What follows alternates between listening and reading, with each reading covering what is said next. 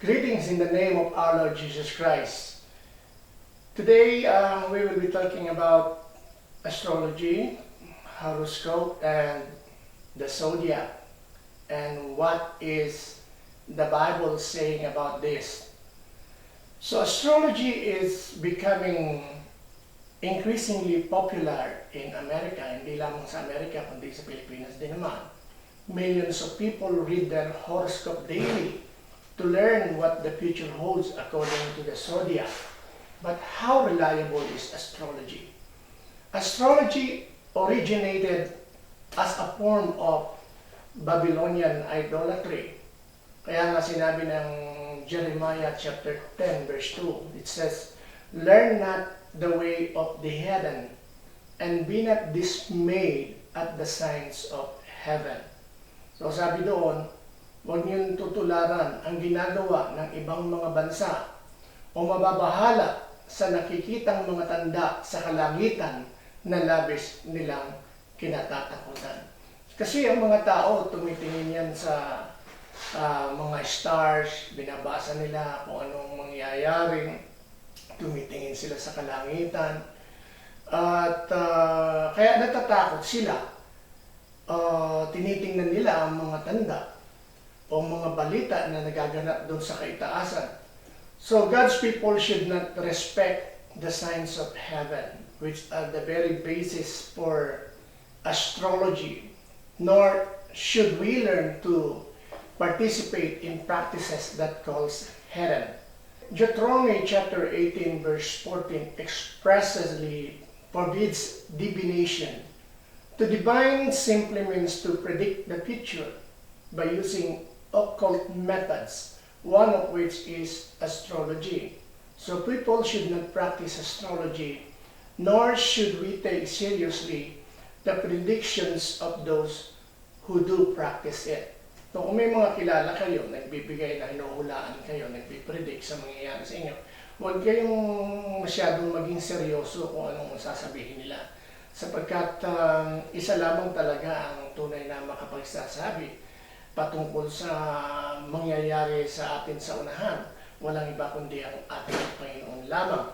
Kaya mag-ingat tayo dyan. But why is God so opposed to astrology?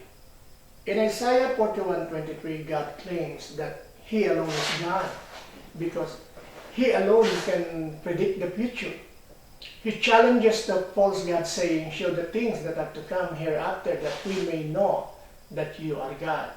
Sa wikang Tagalog, sinabi doon, lumapit kayo at sabihin sa amin kung ano ang mga mangyayari sa hinaharap. Sabihin ninyo sa amin ang mga sinabi niyo noon na mangyayari para malaman namin kung nangyari nga ito.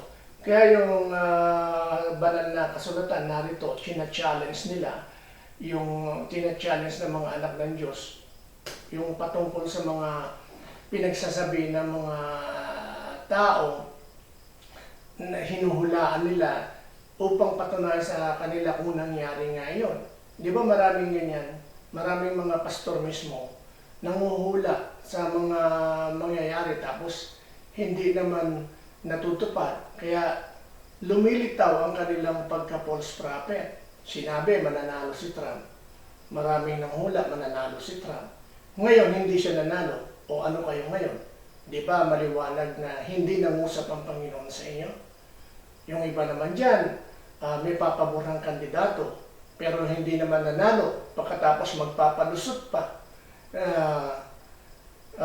Ganyan mga kapatid, no? Sila din mismo sa sariling bibig din nila mahuhuli ang isda. So notice that no one but God can predict the future.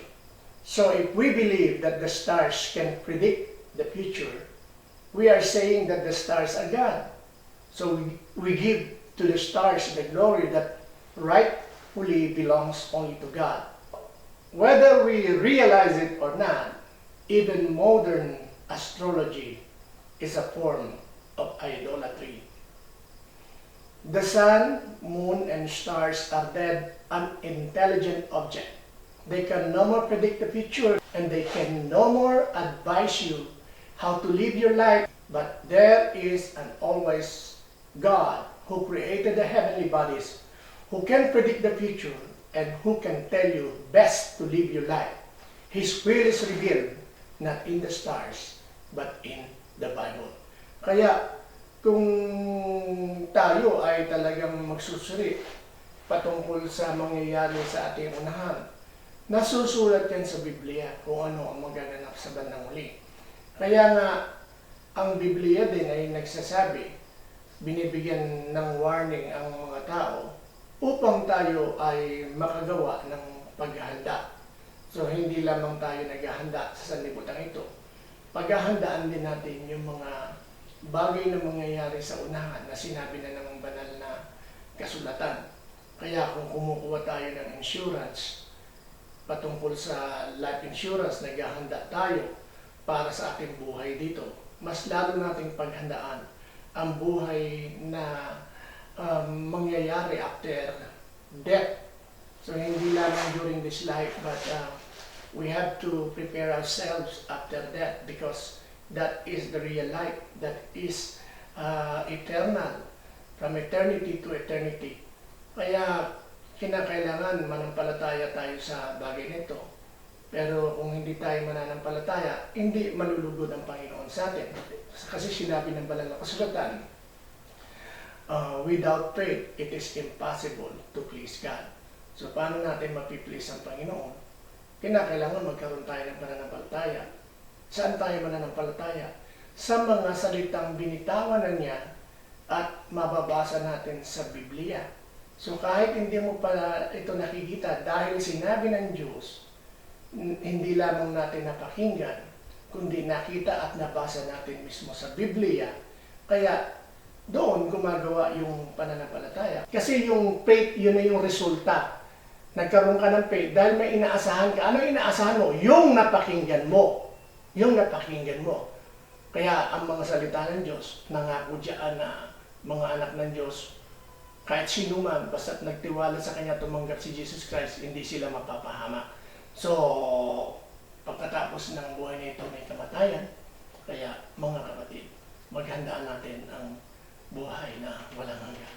Salamat po.